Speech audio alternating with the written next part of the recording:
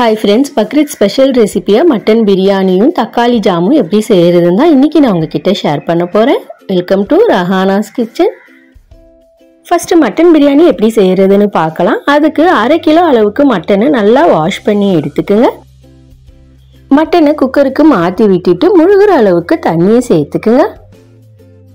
அது கூடவே 1/4 டீஸ்பூன் மஞ்சள்தூள், 1/2 டீஸ்பூன் மிளகாத்தூள், கறிக்கு தேவையான அளவுக்கு கொஞ்சமா உப்பு, பட்டை சிறிய துண்டு, ஒரு கருப்பு ஏலக்காய் அதாவது பெரிய ஏலக்காய், 2 லவங்கம், ஒரு ஏலக்காய், ஒரு பிரிஞ்சி இலை, 3/4 டீஸ்பூன் இஞ்சி பூண்டு விழுது சேர்த்து எல்லாத்தையும் நல்லா ஒரு தடவை கிளறி விட்டுக்குங்க.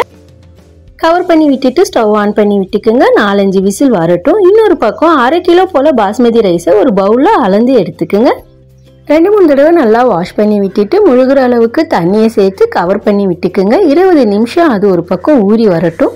அடுத்து பாத்திரத்துல 100 ml அளவுக்கு எண்ணெயை விட்டுக்குங்க. எண்ணெய் சூடான உடனே 1 இன்ச் அளவுக்கு பட்டை, 2 ஏலக்காய், 4 லவங்கம், அன்னாசி பூ 1, 1/2 ஜாதி பத்திரி, 8-10 போல மிளகு சேர்த்து தாளிச்சு விட்டுக்குங்க. எல்லாம் நல்லா பொரிஞ்சதுக்கு அப்புறம் 200 கிராம் போல வெங்காயத்தை நல்லா நீட்டு வாக்குல கட் பண்ணி சேர்த்துக்குங்க. ஒரு கிளறி விட்டுட்டு வெங்காயம் சீக்கிரம் வதங்குறதுக்கு கொஞ்சமா உப்பு சேர்த்துக்குங்க.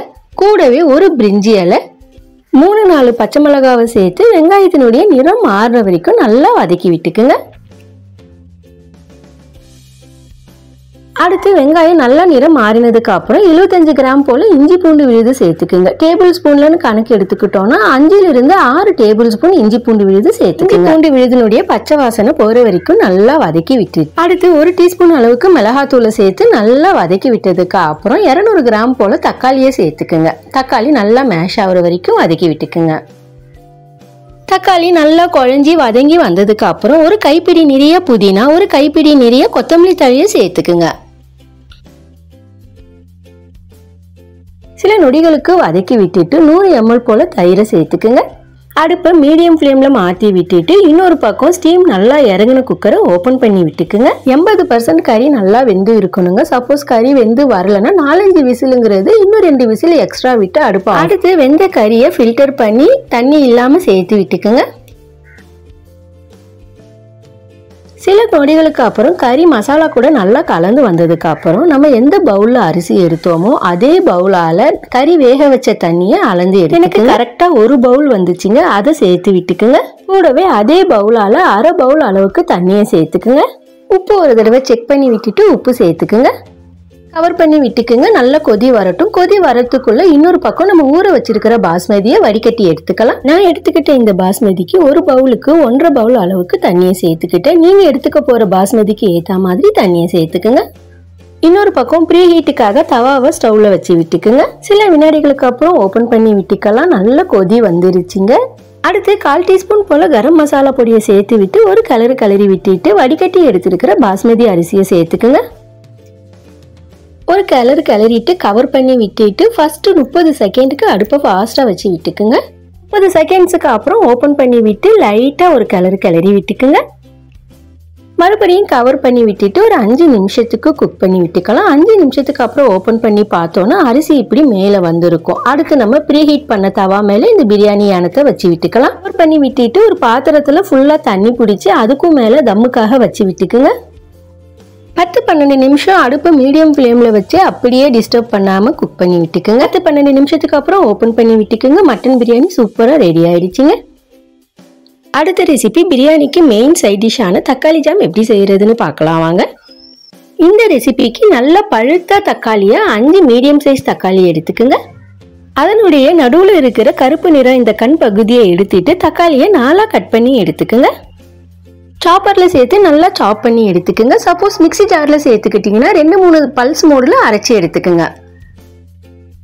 தக்காளியை நல்லா ஃபைனா அரைச்சி எடுத்துடக்கூடாது. அதனால நீங்க மிக்சி ஜார்ல எடுத்துக்கிட்டாலும் சரி இல்ல சாப்பர்ல எடுத்துக்கிட்டாலும் சரி நல்லா சாப் பண்ணி மட்டும் எடுத்துக்குங்க. நல்லா சாப் பண்ண தக்காளி ஒரு பக்கம் இருக்கட்டும். அடுத்து பேன்ல 3 டீஸ்பூன் நெய்யை விட்டுக்குங்க.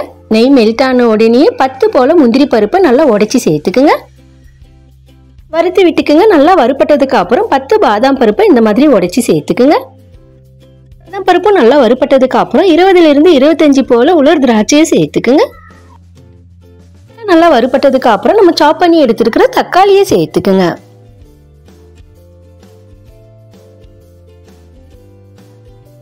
நல்லா கலந்து விட்டுட்டு அடுத்து 10 பேரிச்சம்பழம், நல்ல சாஃப்டான பேரிச்சம்பழமா எடுத்துக்குங்க. அதனுடைய விதைகளை எடுத்துட்டு எல்லாத்தையும் நாளா கட் பண்ணி எடுத்துக்கிட்ட பேரிச்சம்பழத்தை சேர்த்துக்குங்க. நல்லா கிளறி விட்டுட்டு கவர் பண்ணி விட்டுக்குங்க.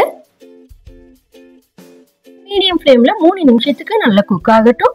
தக்காளி நல்லா வெந்து சுருண்டு வரணும், அது வரைக்கும் நல்லா குக் பண்ணி விட்டுக்குங்க. இடையிடையில கிண்டி மட்டும் விட்டுக்குங்க.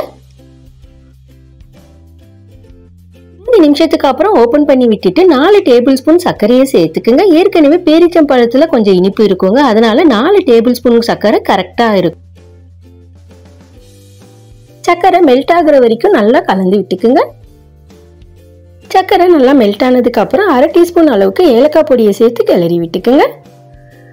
சர்க்கரை மெல்ட் ஆக ஜாமுனுடைய கலர் கொஞ்சம் கொஞ்சமா சேஞ்ச் ஆக ஆரம்பிக்குங்க. இந்த ஜாமுனுடைய டேஸ்ட் இன்னும் என்ஹான்ஸா இருக்கிறதுக்கு பிஞ்ச் அளவுக்கு சால்ட் சேர்த்துக்குங்க. கடைசியா 1 டீஸ்பூன் அளவுக்கு நெய்யை சேர்த்துக்குங்க. நெய் சேர்க்கறதுங்கிறது ஆப்ஷனல் தான். நெய் சேர்க்கறதுனால இந்த ஸ்வீட் இன்னும் கொஞ்சம் ரிச் டேஸ்ட்ல இருக்குங்க. விருப்பப்படுறவங்க சேர்த்துக்குங்க. சில நொடிகளுக்கு அப்புறம் அடுப்பை ஆஃப் பண்ணி விட்டுக்குங்க. ஜாம் லைட்டா லிக்விட் பதத்துல இருக்கும் போதே அடுப்பை ஆஃப் பண்ணி விட்டுக்குங்க.